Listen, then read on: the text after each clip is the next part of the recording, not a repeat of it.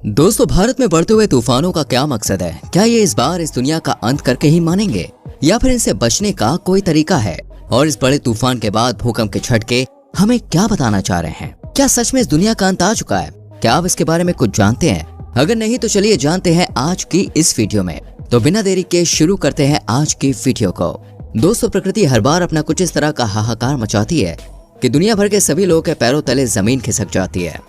जी हाँ, प्रकृति के द्वारा आने वाली मुसीबतें कुछ इस तरह की होती हैं कि ना तो इन बड़े तूफानों को किसी तरह से रोका जा सकता है और ना ही उससे बचने का कोई हल आसानी से मिल पाता है। ऐसे में आप ये बात तो जानते ही होंगे कि किस तरह से बिपरजॉय नाम के बड़े तूफान ने हमारे देश में हाहाकार मचा रखा है। और वहीं दूसरी तरफ दिल्ली के लोगों ने भी भूकंप के बड़े झटकों को महसूस किया है। चलिए बड़े भूकंप के बारे में जानने से पहले हम इस बड़े तूफान के बारे में जानने की कोशिश करते हैं जिसकी तूफानी लहरों ने लोग के दिलों में खौफ पैदा कर दिया है। दोस्तों, हमारी दुनिया में हर साल कई तूफान आया करते हैं जिनमें से कुछ तो कमजोर होते हैं जिनसे ज्यादा कोई नुकसान नहीं होता है, लेकिन वहीं कुछ इस तरह के खतरनाक तूफान भी आते हैं जो लोगों के दिलो दिमाग को बिल्कुल हिला कर रख देते हैं। ऐसा ही एक तूफान बिपरजॉय है। इस तूफान ने एक चक्रवाती तूफान का रूप ले लिया है जो लोगों के बीच एक खतरे की तरह मंडरा रहा है। सरकार ने इस चक्रवाती तूफान को देखते हुए लोगों के बीच में अलर्ट भी जारी कर दिया है। और इस खतरनाक तूफान का दोस्तों नजारा भी बड़ा ही खौफनाक है।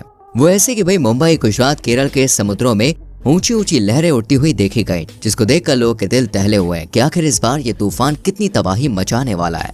दरअसल इन बड़े तूफानों के बनने की दोस्तों कुछ वजह होती है, जैसे कि बड़े बड़े सागरों के जो गर्म इलाके हुआ करते हैं उनके ऊपर अक्सर बिपरजॉय जैसे तूफान बनते हैं जहाँ का एवरेज टेम्परेचर लगभग 28 डिग्री सेल्सियस से ज्यादा होता है। समुद्र के पानी का टेम्परेचर बढ़ने की ही वजह से इसके ऊपर बहने वाली हवाएं गर्म हो जाती हैं। इस वजह से दबाव बनता है और जब ये हवाएं ऊपर की तरफ उठने लगती हैं तब गर्म और ठंडी हवाएं मिलती है, तो वहाँ पर दोस्तों इस तरह के बड़े तूफान बनते हैं। यही नहीं दोस्तों, इस तूफान की रफ्तार लगभग 35 किलोमीटर प्रति घंटे से लेकर 200 किलोमीटर प्रति घंटे की रफ्तार से भी ज्यादा हो सकती है। दोस्तों, क्या आपको मालूम है कि इस बिपरजॉय नाम के तूफान की खास बात क्या है?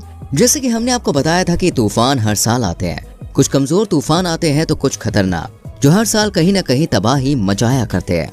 लेकिन आपको बता दें कि भारत में आने वाले ज्यादातर तूफान बंगाल की खाड़ी से ही शुरू होते हैं, क्योंकि वहाँ पे अक्सर कम दबाव होने की वजह से तूफान बनते हैं। लेकिन वहीं अगर हम अरब सागर की बात करें तो उसमें इस तरह के भयानक तूफान कभी भी नहीं देखे गए और न ही इनकी संख्या ज्यादा होती थी। अब इस तरह से देखा जाए तो अरब सागर और बंगाल की खाड़ी में साल में सिर्फ 2 बार इस तरह के चक्रवाती तूफान बन सकते हैं। आपको बता दें कि अप्रैल से जून के पहले मौसम में और अक्टूबर से दिसंबर के बाद के मौसम में हमारे देश में इस तरह के तूफान बनने की तुलना अगर पूरी दुनिया से देखी जाए तो वो केवल 7% है और उनमें से केवल 1% अरब सागर की तरफ से तूफान बन सकते हैं। यानी अगर देखा जाए तो अरब सागर की तरफ से उठने वाले तूफानों की संख्या ना के बराबर है। पर इस बार इस बड़े तूफान ने अरब सागर से ही बनना शुरू किया है और इस तूफान ने वो रूप ले लिया है कि पूरे देश में ही तहलका सा मच गया है।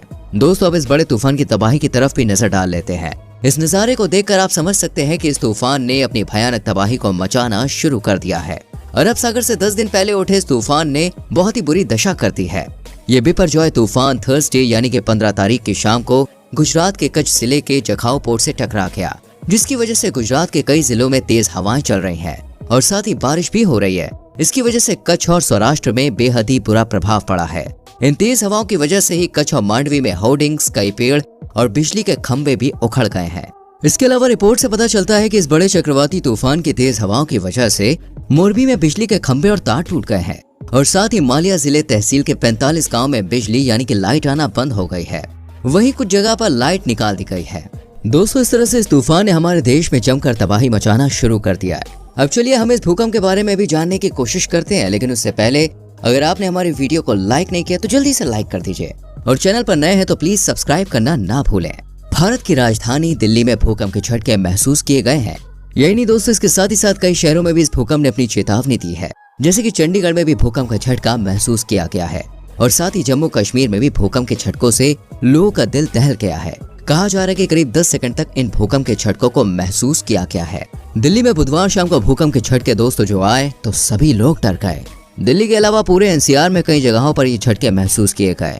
दिल्ली में आए भूकंप के बारे में एक्सपर्ट्स का कहना है कि ये 5.4 की तीव्रता के साथ आए हैं। इसके साथ ही साथ कई और राज्यों में भी भूकंप के झटकों को महसूस किया गया है। जम्मू कश्मीर की बात करें तो यहाँ पर मौजूद डोडा नाम के टाउन के पास भूकंप के झटकों के बारे में बताया जा रहा है और अगर हम दोस्तों मार्च की बात करें तो तब भी भूकंप के झटकों के बारे में बताया गया था कि भूकंप के झटके भारत के कई राज्यों में आए थे। एक्सपर्ट्स का कहना है कि भूकंप की तीव्रता 6.6 मापी गई थी।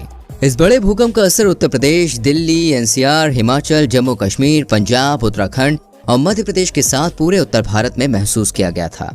इस तरह के बार बार आने वाले भूकंप के झटकों ने लोगों के दिलों को दहला के रख दिया है और जहाँ जहाँ ये झटके पड़े हैं वहाँ पर भूकंप का खौफ बढ़ता ही जा रहा है। अब दोस्तों हम इन बढ़ते हुए खतरों की वजहों के बारे में जानने की कोशिश करते हैं। अब हम आपको बता दें दिल्ली में बार बार आने वाले भूकंप के पीछे भी वजह है, क्योंकि Delhi Sohna fault line, Delhi Moradabad fault line और मथुरा फॉल्ट लाइन ये सभी भूकंप के एक्टिव फॉल्ट लाइन्स हैं।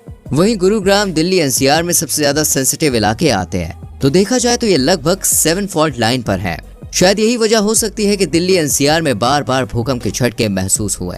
इसके अलावा ये बात तो हर कोई जानता है कि कहीं ना कहीं इस बड़ी तबाही के पीछे क्लाइमेट चेंजिंग की बात भी है और ग्लोबल वार्मिंग का असर भी है, क्योंकि टेम्परेचर के बढ़ने की वजह से ग्लेशियर्स जो है वो पिघल रहे हैं, जिससे समुद्र का बढ़ता हुआ स्तर और भी बढ़ता चला जा रहा है। इसके अलावा पहाड़ धसक रहे हैं, जिसकी वजह से पृथ्वी की हलचल बढ़ती जा रही है और ये भूकंप के झटके महसूस किए जा रहे हैं। साथ ही इंसानों द्वारा जो आविष्कार हो रहे हैं, जैसे कि बड़े बड़े डैम्स, बड़े बड़े प्रोजेक्ट्स, वो जमीन की हलचल को कहीं ना कहीं बढ़ाते हैं और उससे ही भूकंप की शुरुआत होती है।